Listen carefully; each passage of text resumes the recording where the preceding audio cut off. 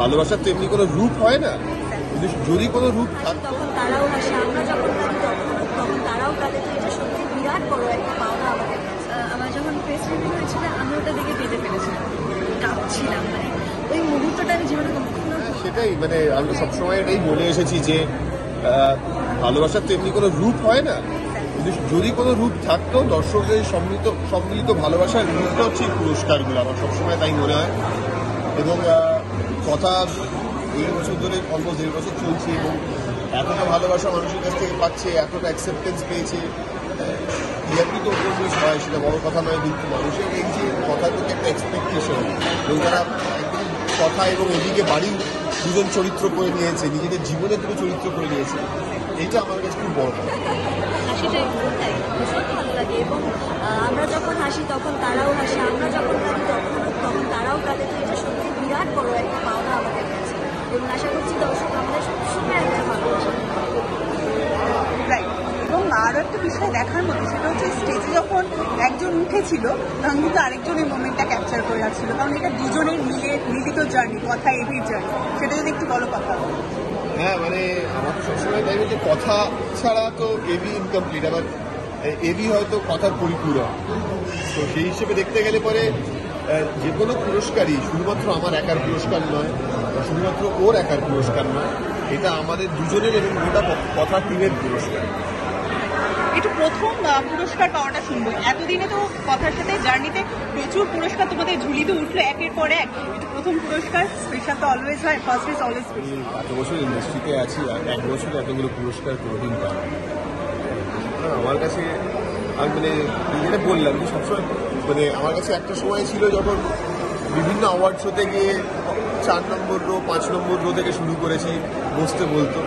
ক্রমশ সেই রোটা এগোতে এগোতে এগোতে সামনের দিকে 1 নম্বরে এসছে এবং 1 নম্বর থেকে এবার স্টেজের সময় লাগে, পারসিস্টেন্ট থাকতে হয়, কনসিস্টেন্ট থাকতে হয় এবং হার মানলে চলে না, এটাই আমি সবসময় বিশ্বাস করি।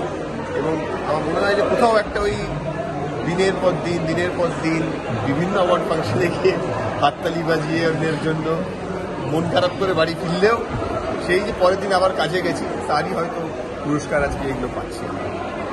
সাহেবদার জার্নিটা যেরকম ইমোশনাল, সুস্মিতার আবার ধারাবাহিক দিয়ে কিন্তু জার্নি আমরা দেখতে পেয়েছি। প্রত্যেকটা ধারাবাহিকই পাশে কিন্তু জনপ্রিয়, তাই না সাহেবদা?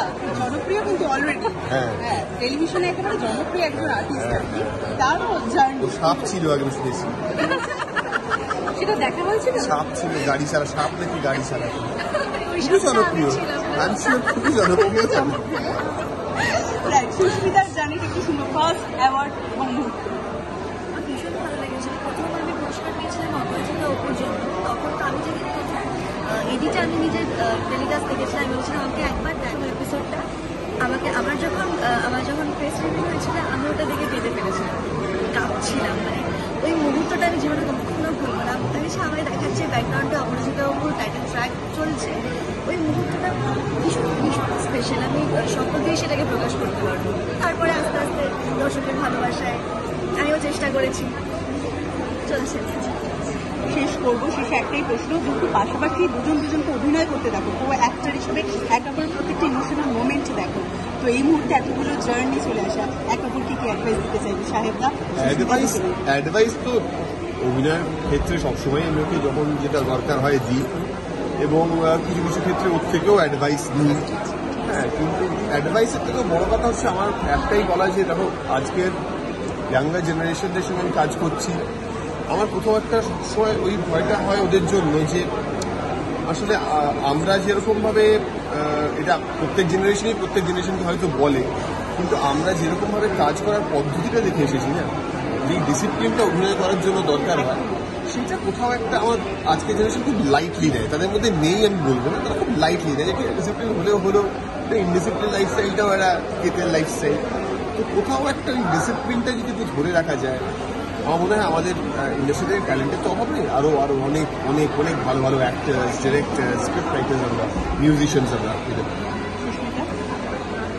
সবসময় শেখার চেষ্টা করি, ভালো স্টুডেন্ট।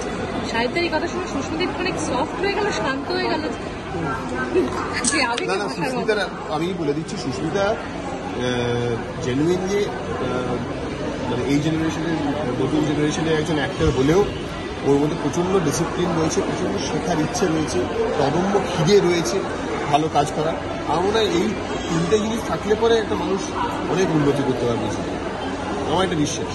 প্রশংসা পঞ্চম মুখ বছরে একবার শুনতে পাই এরকম। এই এটা বলো, এরকম ভাবে বলছি বছরে নাকি একবার। সেটা নয়, এরকম এই তিনটে জিনিস থাকলে পরে প্রচুর অ্যাওয়ার্ড, এরকম প্রচুর অ্যাওয়ার্ড ওকে নিতে স্টেজে উঠতে হবে, প্রোভাইড তো পড়ে না যায়। পড়ে গেলে অ্যাওয়ার্ডটা পড়ে না গেলে পরে প্রচুর অ্যাওয়ার্ড পেয়ে যাবে। সব অ্যাওয়ার্ড নিয়ে আসবো।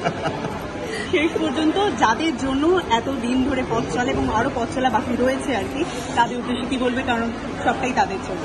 হ্যাঁ, তাদের উদ্দেশ্যে তাদের জন্যই, এবং আমি সেটাই বলছি যে মানে আমাদের এই দুটো চরিত্রকে এত কাছের একটা চরিত্র তারা করে ফেলেছে আমাদের দর্শকরা, এবং বিশেষ করে আমাদের তো ইয়াঙ্গার জেনারেশনের প্রচুর ভিউয়ার্স যারা আমাদের শোটা দেখে, তাদের সকলকেই বলবো যে তোমরা মাঝে মাঝে একটু ইমপেশেন্ট হয়ে যাও যে গল্প কোন দিকে যাচ্ছে, কি হচ্ছে। তোমাদের কথা ভেবেই গল্প করা হয়, দর্শকদের জন্যই টেলিভিশন শোটা করা।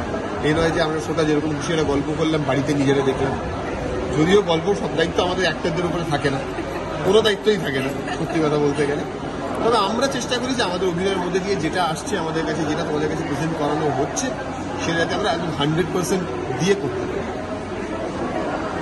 এবং প্রতিদিন সন্ধ্যে 7টায় শুধুমাত্র স্টার জলসায় কথা, এটা ছাড়া ইনকাম।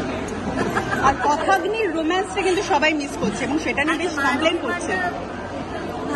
তারপরে মান, অভিমান, রোম্যান্স, খুনসুটি, ঝগড়া, এই নিয়েই তো জীবন। কথা একটু কাছে টেনেও নিয়েছে এভিকে, আমরা দেখতে পেয়েছি। খুব চেষ্টা করছে বাজার প্রসারের মান ভাঙানোর, দেখা যাক কতটা সফল হয়।